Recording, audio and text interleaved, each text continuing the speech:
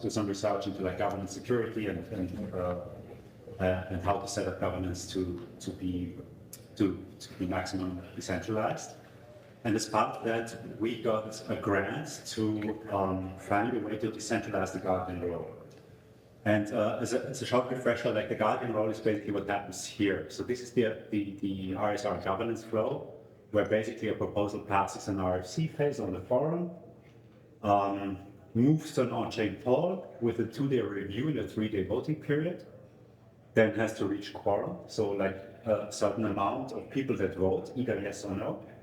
And if 50% vote yes, then it moves to a 3-day time lock before it becomes available for execution. And then at that point, anybody can execute, basically call the execute function.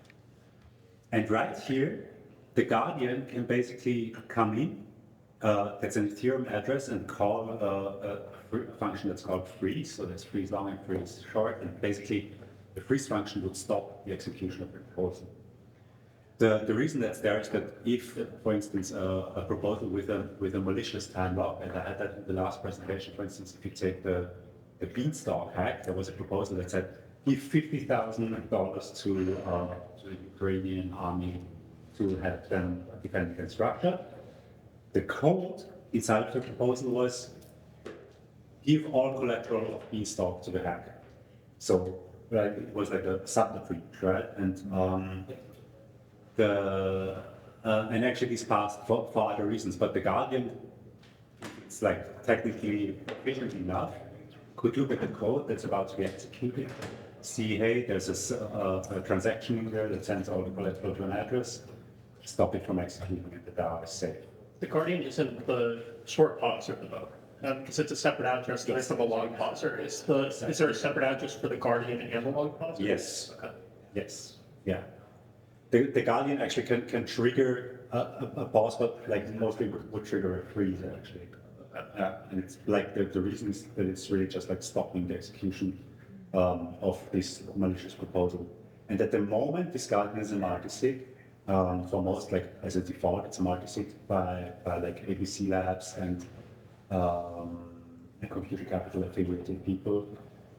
It's not public exactly who they are for like security reasons, but the call out that Nevin had was that they had gotten some legal advice that actually it might fail the second prong of the Howey test, which means that it should not be a common enterprise of people like working together for profit, right? It could be construed that basically this Guardian, even though they just can say no, is some form of new. At least that was the concern, right? And so to overcome that issue, there needs to be some kind of decentralized entity, and we're just discussing it. What decentralized entity means is that it cannot be like a fixed group, even if the group would be appointed by governance. There were still concerns that this is still not satisfactory. Like it would have to be in a way that basically it's just like a protocol function. Like anybody can trigger this government when they see something that is like something that's afoot or some attack that's about to happen. And the solution we proposed has two building blocks. And the first building block is a veto and rage quit function. And the interesting thing about the veto function is that it's not a veto by RSR, but it's a veto by R tokens. And that's important for two things. First of all, if you look at governance, you can see that basically the incentives for RSR stakers are slightly different than the incentives for R token holders. And if you give R token holders some kind of say over governance, that kind of aligns the incentives a bit better. And then from the perspective of an attacker, having to buy R tokens to execute a successful attack by overcoming the veto means the attacker becomes more expensive at the same time that you're probably planning to damage the underlying, right? So it makes the attacks more costly. And basically, the veto would work like that. Let's say an RFC passes, it goes on chain. There's this malicious proposal. So here, on chain, like the code is actually not doing what it says on the tin. And they buy enough RSR or lend enough RSR to run it through the IP stage. So it would be available to execution. But then during the execution time lock, our token holders who are getting privy to what's about to happen are staking enough R tokens, so that's like a threshold that's governed by governance, so that the veto is triggered. And then the proposal enters another 14-day time lock where people can put R tokens into two escrows. One is the veto escrow, and the other is the anti-veto escrow. And at the end of the 14 days, or like whatever time frame set for that, like 14 days, these are counted. And if there's more R tokens in the veto time lock, the proposal gets abandoned. And if there are more R tokens in the anti-veto time lock, the proposal gets executed after a 7-day time lock. And during this 7-day time lock, R token holders can still exit redeem the collateral, the so-called rage quit, right? They're saying like, hey, I'm really like from a perspective of the R token holder, it's like they don't want the proposal to pass, so they vote against it. They get the vote gets overturned, and it goes then, so they trigger a veto. The veto gets overpowered. Now they have 7 days to rage quit, receive all the collateral. They come out whole. They still don't hold the R token. They have to pay some gas fees, so it has some cost. But at least they walk out more or less unscathed.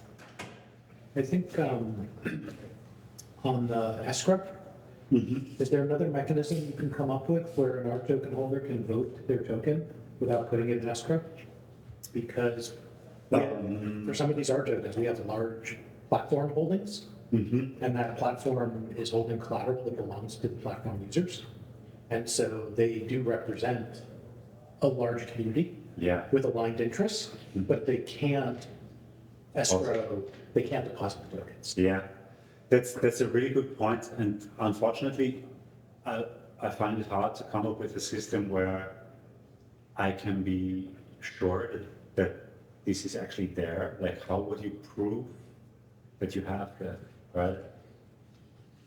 So like, let's say like in your case, right? Like you have this application that has like, I don't know, like 10 billion USD. Now you say, no, I want to veto it, but actually I don't have it, like I can't really move the R tokens into the veto contract.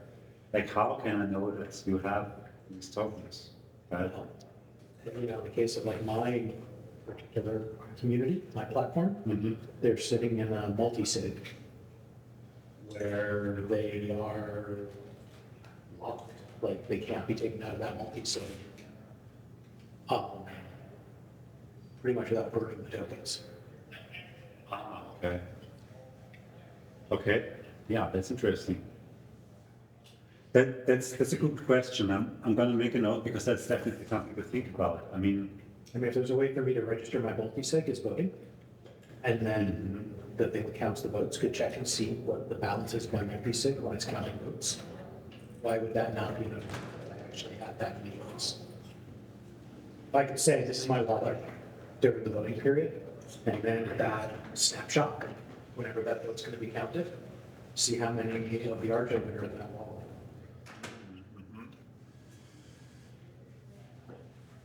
that would probably work in an off-chain kind of way, right? Because like one chain, I guess you'd announce this vote happens at this particular snapshot. Make sure you register the wallet that's going to have your tokens at this particular block number. and then I just like count balances, but Yeah. pretty much work. Yeah. Okay, it's a good note. Thanks. Yeah, like, also like feel free. Like the goal of the session is that that this proposal gets like this research gets better, or best case is like somebody finds like a glaring hole, and like we have to go back to the drawing board. So. And like my question sort of relates to, now it seems not only do you need the stakers to vote for a proposal, now you also need the R token holders to vote for the proposal. Only though if there was an objection. Yeah. So if there's no objection, it just goes through the regular governance flow. And so let's look at this. But I mean, there could be several situations where the goals of the stakers and the art token holders are at odds.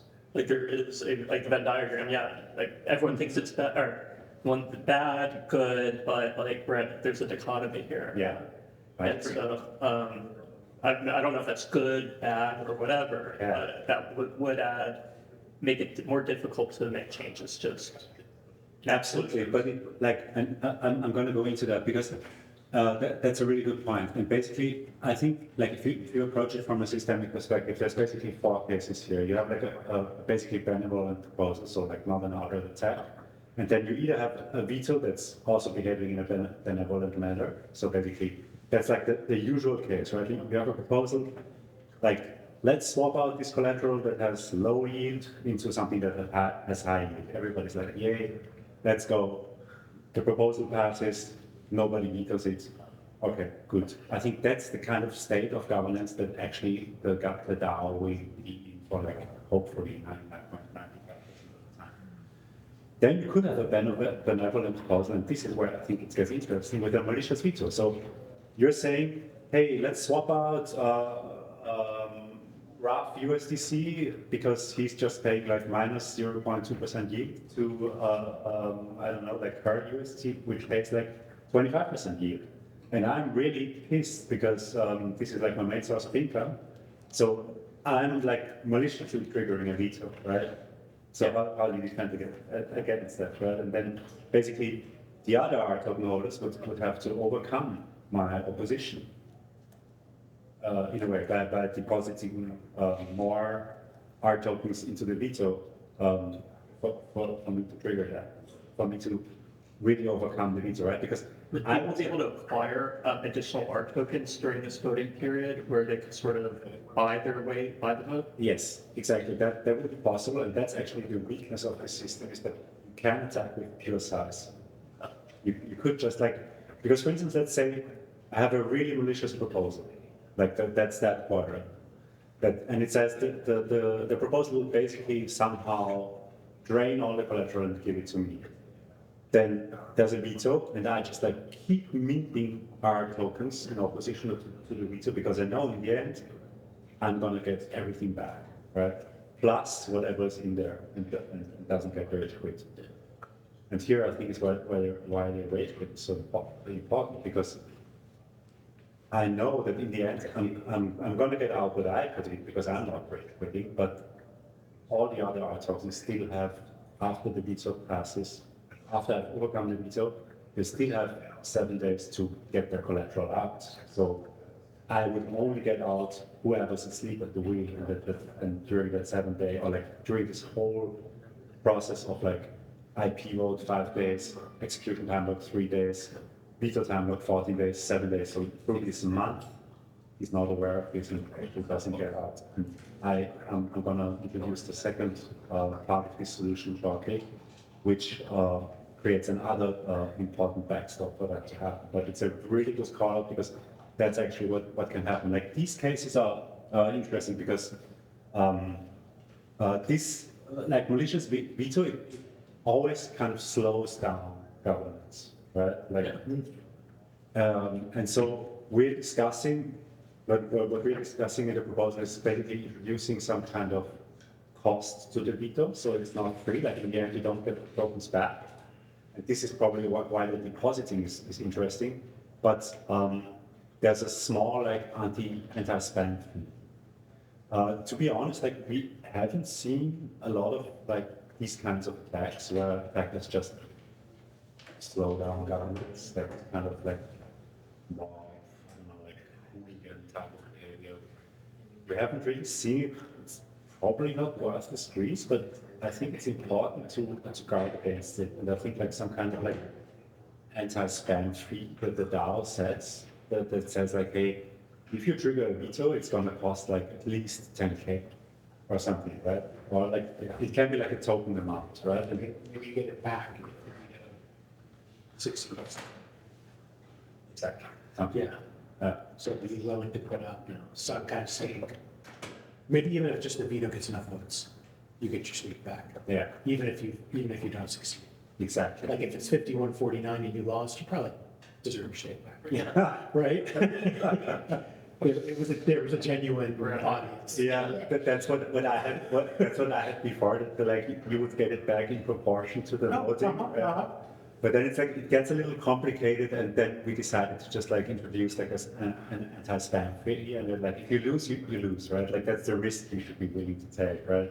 Because I think like a really malicious proposal, like a collateral drain, right? Like it's not going to lose by a little bit. Yeah, but your example that you gave of the person who was just vetoing it because they had a profit motive Uh-huh. kind of thing, there is now a profit calculus. Yeah, exactly. To vetoing, that you probably want to, I would want to think through a bit who it might be to stop them from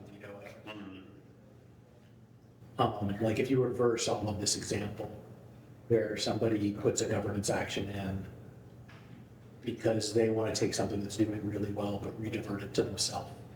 Yeah. Like the USDC, instead of going, instead of improving USDC's yield, but the person who's getting the USDC yield wants to veto this.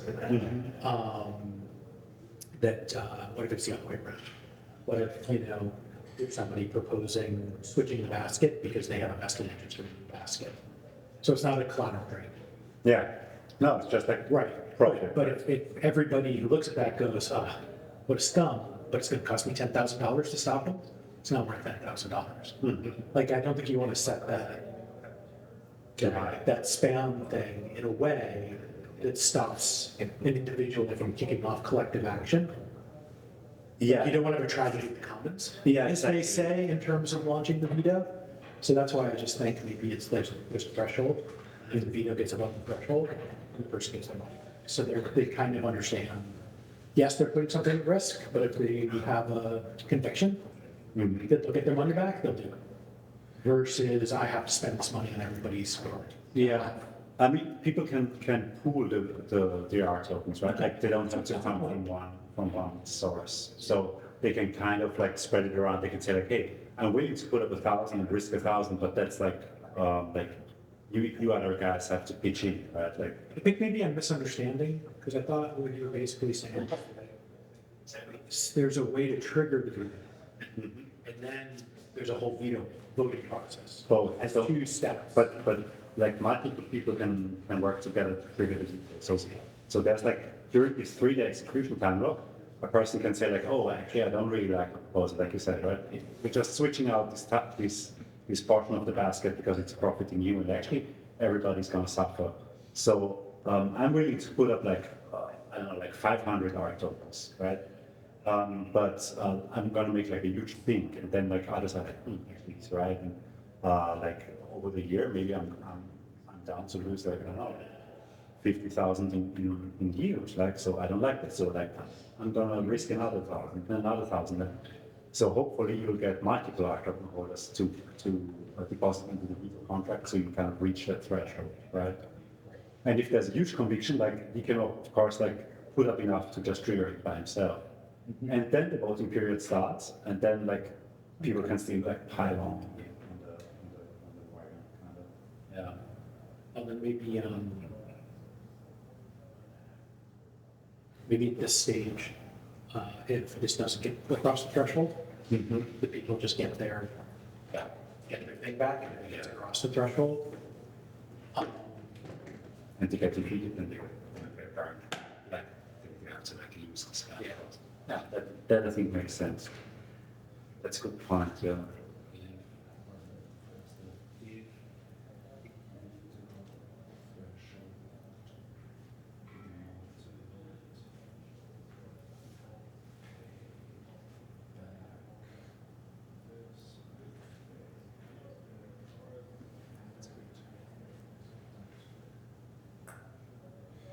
Yeah, then I think like the fourth quadrant, that's basically like a social attack. It's basically somebody putting up a malicious proposal, then triggering the veto themselves, like coming in 2 roles as an attacker and also as like a pseudo savior and saying like, hey, I got it covered, don't worry, I have your back, right? I'm gonna like veto the shit out of that. and actually not doing, like in the end, knowing that he already has enough art tokens to overcome his own veto, right?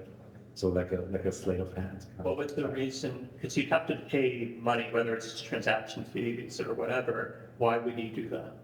So let's say I have a malicious proposal that I want to pass, and I already bought enough RSR to like move it past the RP stage. And then like I want to weaken the veto response. So I'm coming in as the guy who's triggering the veto threshold. I'm like, hey, no, this is outrageous. It's a malicious proposal. I'm gonna like fight against this, but don't worry, I got that covered. Right? And like trying to keep people basically like asleep and say like, hey, don't worry, I gotcha. But in the end, I know that I'm gonna like defeat my own veto, right? Okay. And I think that's actually a clever kind of attack, and the way to defend against it is also like I think purely social. There can't be like a technical solution to a social attack. So I think like making the strength of the veto visible on the UI is very important, and also educating people about, hey, if you're opposed to a proposal and you think it's malicious, veto. First of all, don't rely on others because spam fee, right? You might take a cut, but then like you also strengthen the defense, and that's kind of lowering this perceived cost of defending against a proposal. And also because it can kind of defeat these kind of attacks of like social engineering attacks. And I think that's the fascinating thing is like these social engineering attacks are like probably like some of the most dangerous things in crypto anyway, right? Like we've seen so many password strains, seed phrases given away, wrong extensions installed, fake websites visited. So in the end, it's all humans. And yeah, to add to that veto, we proposed a second thing, and that's basically, so MakerDAO has a defense module that's called the Maker Emergency Shutdown, and basically people have to deposit a ton of MKR into a module, and multiple people can pool, and if the threshold is reached, then the whole DAO shuts down. The only thing that's left to do is people can redeem their DAI into the underlying collateral, and then the DAO basically ceases, like the DAO actually ceases to exist, and they would have to start again with a new instance of the smart contracts from scratch. And is this in addition to the previous one, or is it instead of? So what we are proposing is not such a drastic measure, but like a freeze module, and this would be in addition to the veto module. And this works with RSR. So basically, after the veto has passed during this like 7-day threshold, or also during the 3-day execution threshold, people can deposit a certain amount of staked RSR into a freeze module. And if the threshold is reached, then basically the proposal that's in the queue gets abandoned and governance slows down. Basically, every decision now takes longer. That the execution timeline moves from 3 days to like a higher time, maybe suggested a month. And the risk to that is like that then the defenders of the DAO can muster resources, like buy more RSR, increase the defenses, or like. Can you freeze indefinitely by keep doing this? Yeah, in theory, like we think like after the freeze period, after the initial freeze period, like there can be like there's a multiplier that can be set by governance, and you have to deposit additional stake RSR to keep freezing governance. Okay. So eventually you'll run out of RSR. Exactly.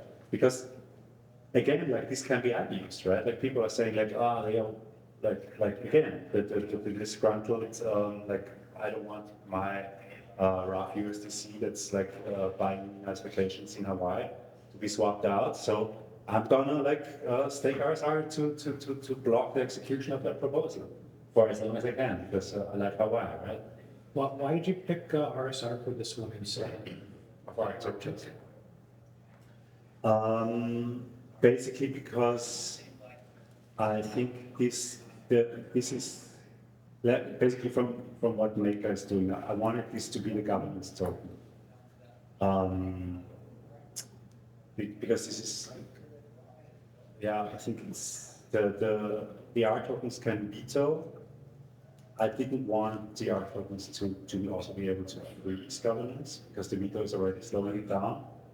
But like it can be argued that it would be better if this is like if this is done by R tokens. I just think that basically like R token governance is done with RSR, right? So I think I was kind of hesitant to give R tokens too much governance say. Well, I think when I think about the slowing down part, I don't remember the rules on the top of my head about when you have to done your staking to be allowed to vote.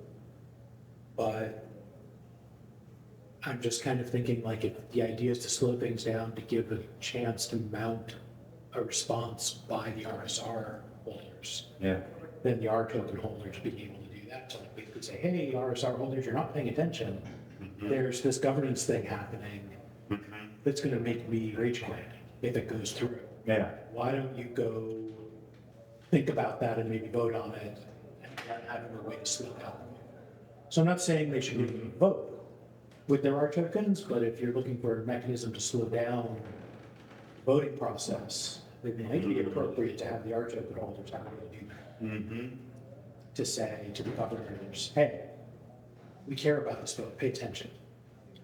Yeah, I see what you mean. I see what you mean. It's interesting. Yeah, I think it's something to think about.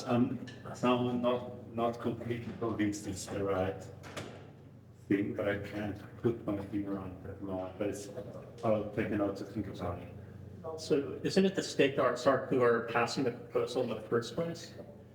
So, yes, but I'm assuming, so the thing is basically, from a governance perspective, what this does is that there a minority of RSR can block the execution of the proposal. Because the two models, what they should do is increase the costs of an attack and decrease the likelihood of the attack succeeding.